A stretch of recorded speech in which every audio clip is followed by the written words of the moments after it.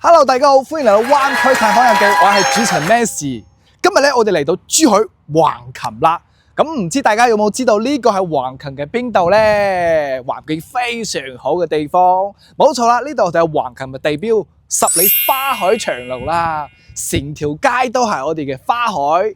咁我哋喺呢度拍視頻咧，我見到好多澳門嘅車、澳門街坊啊，同埋我哋嘅橫琴居民喺呢度散步放鬆啊。冇錯啦，橫琴咧係成個珠海非常特殊嘅地方。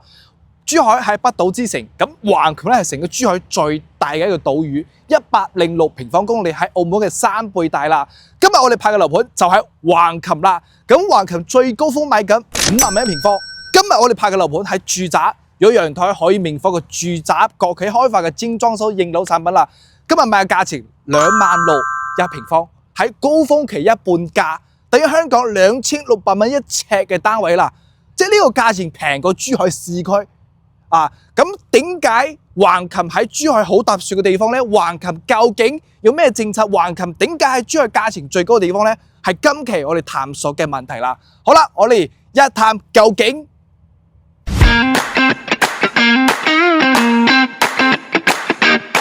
咁我哋依家喺琴澳灣嘅26樓嘅示範單位啦。咁相信大家對橫琴有一定嘅了解。咁橫琴點解喺珠海價錢最高呢？咁佢有咩好特殊，同埋有咩價值嘅地方呢？係今期我哋視頻主要講嘅地方啦。咁首先睇翻我哋呢個樓盤在售嘅最大嘅單位先，99平方嘅3房2廳2衛。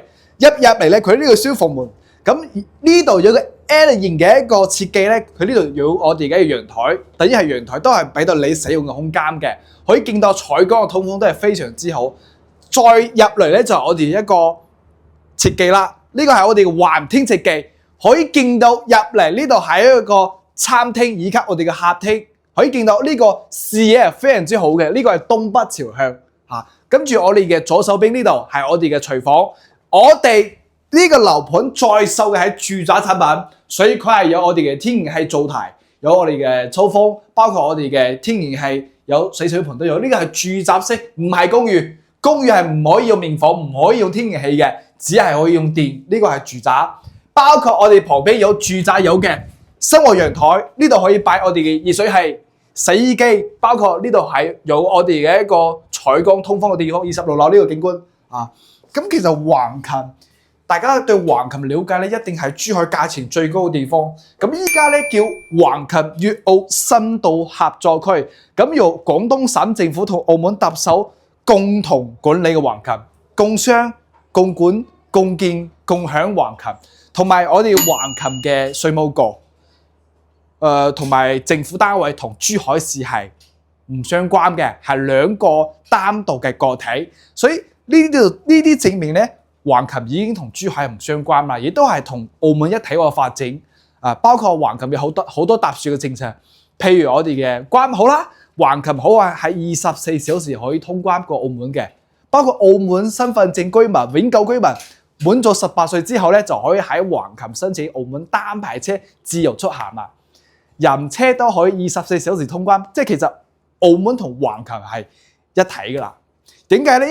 因為澳門佢地方好細，佢就33平方公里，咁將近有70萬人口，但係橫琴咧有106平方公里，係澳門嘅3倍大，所以呢個地方俾到澳門更多地方去發展，同埋澳門嘅產業比較單一，就係博彩服務業。咁大家知啦，咁我哋內地係唔搞博彩嘢嘅，所以橫琴搞咩？搞金融、高科技、高端製造、旅遊，同澳門有一個產業互補。即係我哋去到橫琴長廊旅遊園之後，又可以去到澳門去玩2鋪啦，再去香港購物。所以呢個係粵港澳大灣區一個旅遊圈子嚟嘅。所以我哋買橫琴唔單單係買橫琴嘅樓，而一定要了解橫琴嘅政策同埋同澳門嘅未來嘅發展方向啦。呢個係99平方嘅3房2廳2衛，呢個係客廳嘅位置啦。咁當然我哋第一個洗手間就喺中間呢度，可以見到我哋嘅洗手間嘅位置空間都非常之 OK 嘅。呢度有我哋嘅飄窗位，都有贈送嘅面積明窗嘅設計。呢個戶型咧，total 總價260萬。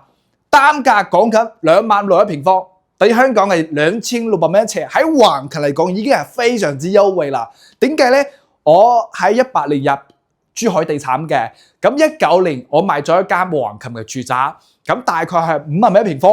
19年200平方1000萬嘅頂樓複式單位啦。咁喺橫琴大橋嗰邊有一個住宅樓盤，當時叫橫琴國際居住區，叫悅景公館啦。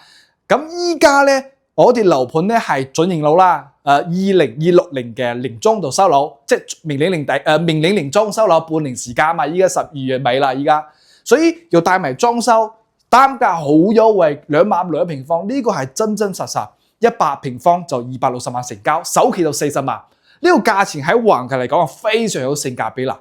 以前我哋喺買橫琴嘅住宅咧，首期都有去到100萬啦，但係依家40萬首期就可以上車橫琴，而且我哋嘅橫琴配套越嚟越成熟咗，包括橫琴口岸嗰邊嘅華發商都橫琴嘅華發商都開咗啦。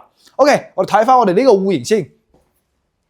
咁咧呢個3房咧，邊個3間房？呢個係第一間房，但係呢間房講實話，佢嘅房間嘅實用樓咧就細咗好多，空間咧就好細。呢個講實話，但係我哋嘅朝向係非常之好嘅。我哋呢邊係朝南向，偏少少西，係啦，即係等於係西南向啦。可以見到我哋附近咧仲有好多嘅住宅同埋後邊嘅人才公寓。我哋呢個樓盤咧喺橫琴嘅最西邊，叫橫琴科河城。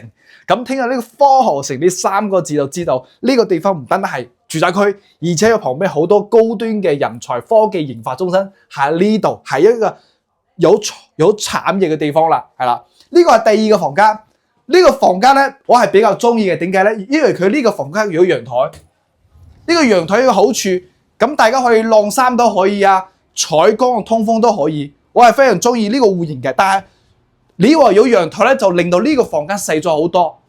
即係其實嚟講咧，呢間房你可以封窗可以封窗，同埋佢有一個弧形嘅設計。嗱，可以見到呢邊嘅空氣質量非常之好。呢度喺橫琴最西邊啦，我哋樓下呢個商場可以見到有地下負1、負2層，1樓都係空中花園嚟嘅。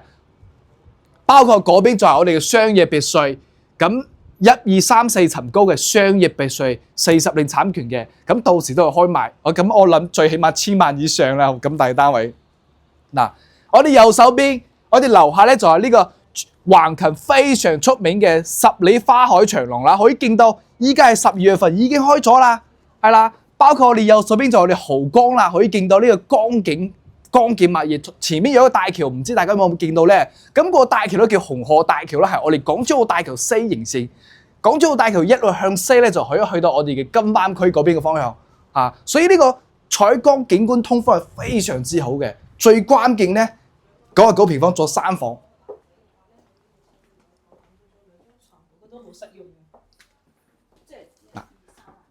呢個就係主人房啦。嗰邊度係主人房。依家我哋有客睇緊，因為點解咧？我哋呢個樓盤大家知道單價好優惠，26000幾，所以真係好多澳門嘅朋友買得好多，真係好。呢個都係澳門客嚟嘅。OK，我哋除咗3房咧，仲有一個2房嘅設計，2房喺呢邊。嗱，呢個就2房啦。嗰個4平方嘅2房2廳2衛，即係講真啦，嗰個4平方做2房係有啲奢侈嘅，因為通常我哋90方左右做3房，但係呢度做2房真係好享受咯嚇。好，我哋入嚟咧，呢度係一個餐廳同埋客廳啦。右手邊就係我哋一個廚房，呢個廚房咧好光亮通風都好好。我最中意嗰個廚房啦。呢度係我哋一個生活陽台啦，可以擺啲洗衣機都可以晾衫都可以擺喺呢度啦。景觀係非常之好啊！呢邊就係西向。咁下午嗰時咧，你話採光好，但係佢都有啲西斜咯。呢個係我哋嘅飛機戶型咯。中間我哋嘅餐廳、客廳兩邊都有房間。我哋先睇左手邊嘅呢個房間先。呢度有一個洗手間。洗手間嘅設計咧都係非常之好，但係佢呢度設計我係未見到窗嘅。佢呢度有個窗示範單位啦，但係呢度就冇明窗，但係實際交付標準係有明窗嘅。呢度係第一間房。第一間房咧，佢利用咗飄窗位置啊，利用咗飄窗位置，呢度飄窗位置，房間咧就講實話就唔係話好大，唔係話好大。呢度陽台，南邊偏少少西向。